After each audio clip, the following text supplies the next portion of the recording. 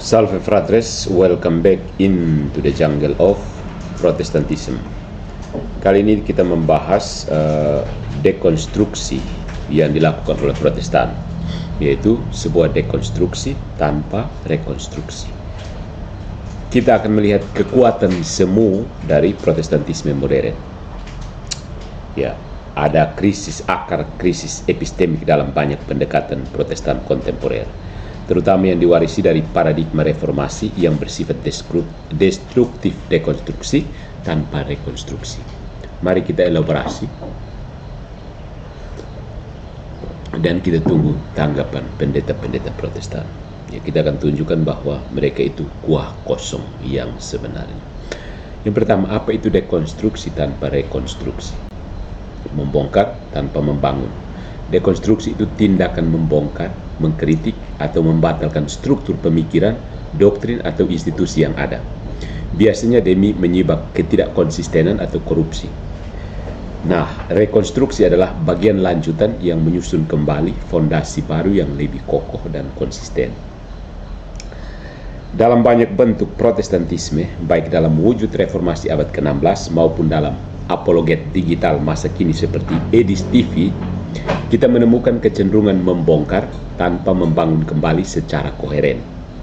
Mereka bingung sendiri, ibarat anak yang bongkar komputer kemudian pasang kembali mur lebih, jadi dia bingung, ini mau murnya mau diapakan. Jadi reformasi ini adalah titik awal dekonstruksi.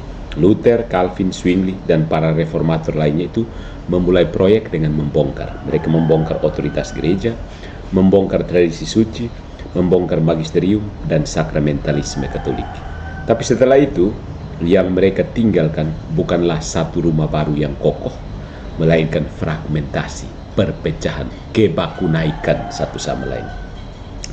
Ratusan kemudian menjadi ribuan denominasi, masing-masing mengklaim otoritas atas kitab suci, masing-masing menolak yang lain, masing-masing memulai dekonstruksi baru dalam tubuh mereka sendiri. Reformasi menjadi revolusi yang tak pernah selesai. Kemudian Protestantisme modern itu kritik tajam tapi kosong di dalam. Lihat bagaimana banyak konten apologet Protestan hari ini bekerja. Kritik terhadap Islam tajam, agresif. Kritik terhadap Katolik sistematis, frontal. Kritik terhadap sesama Protestan tidak terhindarkan. Tapi setelah semua kritik itu, apa yang ditawarkan? Apakah ada gereja yang bersatu? Apakah ada sakramen yang utuh dan diakui universal? Apakah ada otoritas doktrinal yang tidak tergantung pada preferensi pribadi? Nol, tidak ada. Yang ada adalah fragmentasi berkedok kebebasan dan opini pribadi yang diangkat sebagai kebenaran. Ya. Jadi apakah MYM itu infalibel? Apakah Deckengades infalibel? You jawab sendiri.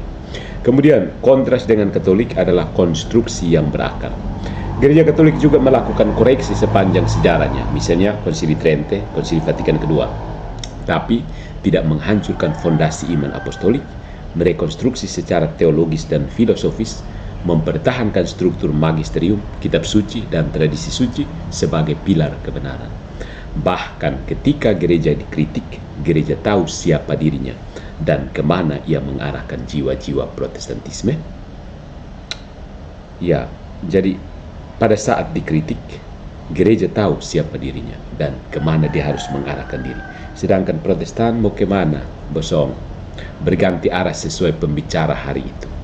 Jadi misalkan kalian mengkritik, menunjukkan bahwa Islam sesat, katakan Edis TV misalnya, menunjukkan bahwa Islam sesat, terus apa yang ditawarkan? Mau ikut MYM, ikut Deckengades, ikut Rudi Dreyer Teologi, ikut Joshua Teu, atau ikut Katolik? Apa? Kita lihat Edis TV sebagai gejala, kritik tanpa kompas. Edis TV ini membongkar Islam habis-habisan, tapi pertanyaannya, setelah semua itu lalu apa? Apa rumah rohani yang ditawarkan? Gereja yang mana? Apa tolok ukur kebenaran? Apa jaminan keselamatan? Apakah penonton diarahkan ke Ekaristi, sakramen, komuni orang kudus? Tidak ada. Yang ada hanyalah slogan Yesus adalah kebenaran. Tapi bahkan itu pun ditinggalkan tanpa konteks gerejawi. Gagasan tok. Bahaya besar orang menjadi ateis setelah menyaksikan Protestantisme. Ketika Protestan membongkar Katolik dan Islam, tapi tidak memberikan rumah baru, banyak orang akhirnya memilih skeptisisme, relativisme, dan bahkan ateisme.